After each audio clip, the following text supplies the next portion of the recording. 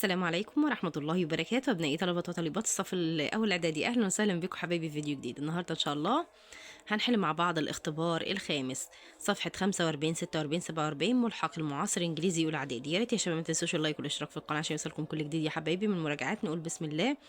السؤال الأولاني بيقول لك listen and choose the correct answer. بيقول لك علي watched هتقول له دوكيومنتري، فيلم وثائقي last year السنة اللي فاتت. It was about the effect of human، كان عن تأثير الأنشطة البشرية على الكوكب. هتقول له إيه؟ human activities اللي هي الأنشطة البشرية. in the past في الماضي he always traveled to school، هو دايما كان بيسافر إلى كان بيذهب للمدرسة يعني، أو بيسافر المدرسة باي إيه؟ باي باص. it only takes بتاخد 15 minutes to get to his school now. اللي عشان يذهب كانت بتاخد 15 دقيقة عشان يوصل للمدرسة الجديدة بتاعته. complete the following dialogue. بيقول لك ندى ask هدى، ندى بتسأل هدى عن some question بعض الأسئلة about technological devices اللي هي الأجهزة التكنولوجية.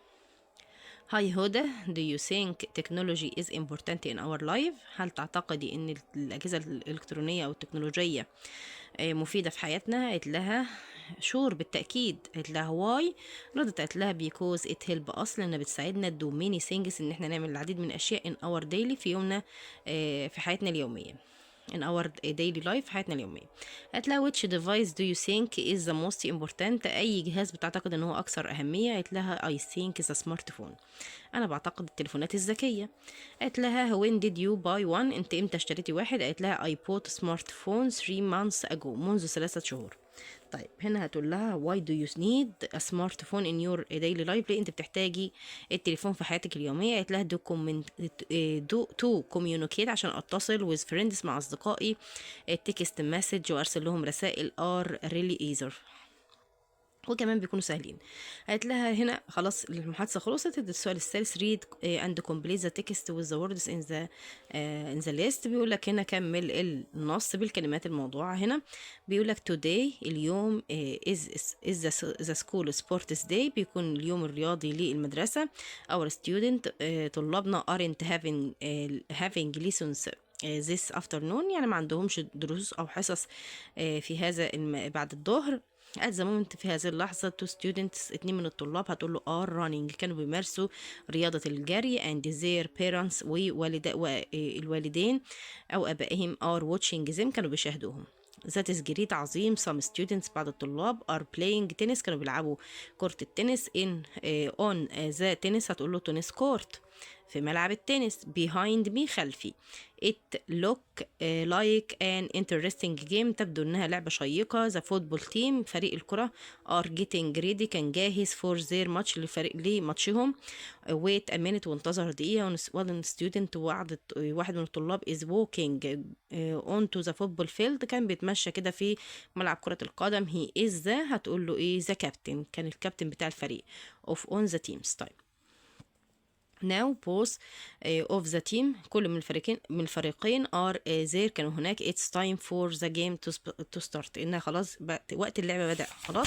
أنا صفحة 45 ننتقل ل 46 يا شباب. بعد قراءة النص هتقول له أميرة wedding dress was، هتقول له amazing، كان حفل الزفاف بتاع أميرة كان مدهش. the underlined adjective اللي هي كلمة الصفة اللي هي كلمة beautiful ديت بيقول لك replaced by، هتقول له lovely، يعني بتحل محل إيه كلمة إيه؟ تقول له إيه؟ lovely.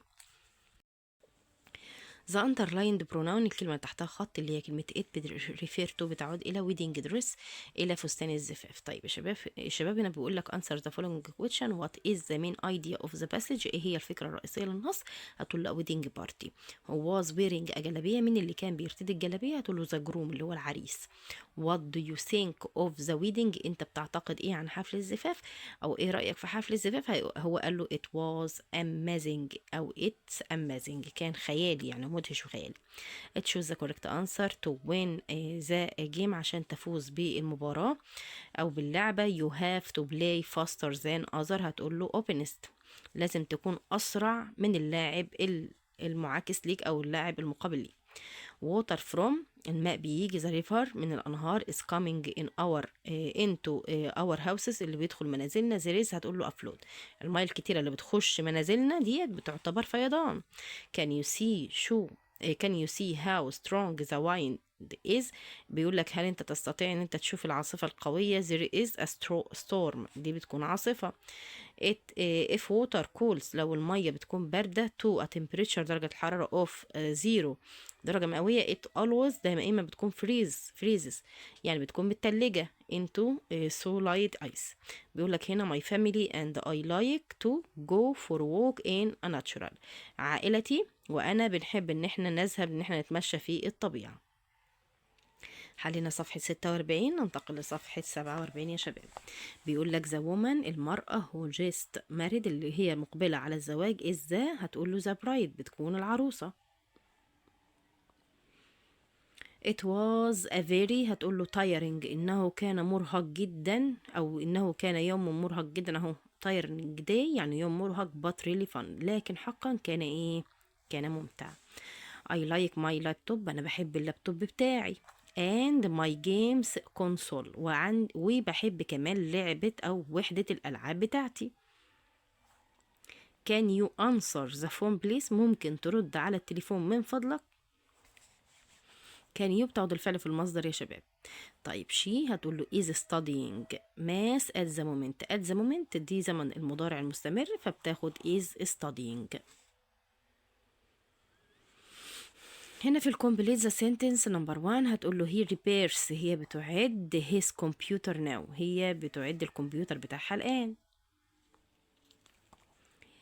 هي هنا بيقول لك we moved to Cairo احنا انتقلنا للقاهرة تقول له last week الأسبوع الماضي.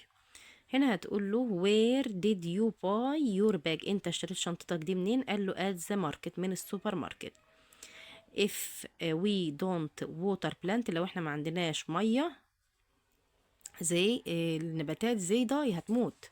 هنا بيقول لك write an email about من 60 ل 80 كلمة عن الاحتفالات العيد الميلاد الدولية to your friend هبة لصديقتك هبة to tell her about birthday celebration in your country عن احتفالات عيد الميلاد في دولتك. your name is نهال and your email address nihal@yahoo.com وصديقتك اسمها هنا قال لك هبة @gmail.com. طيب هنعمل كده يا شباب الإيميل أهو نقول nihal@yahoo.com وهبة @gmail.com. subject الموضوع عن birthday celebration احتفالات عيد الميلاد هتقول له dear هبة عزيزي هبة عزيزتي هبة how are you كيف حالك I write to tell you about birthday celebration أنا بكتب لك عشان أخبرك عن احتفالات عيد الميلاد in Egypt في مصر.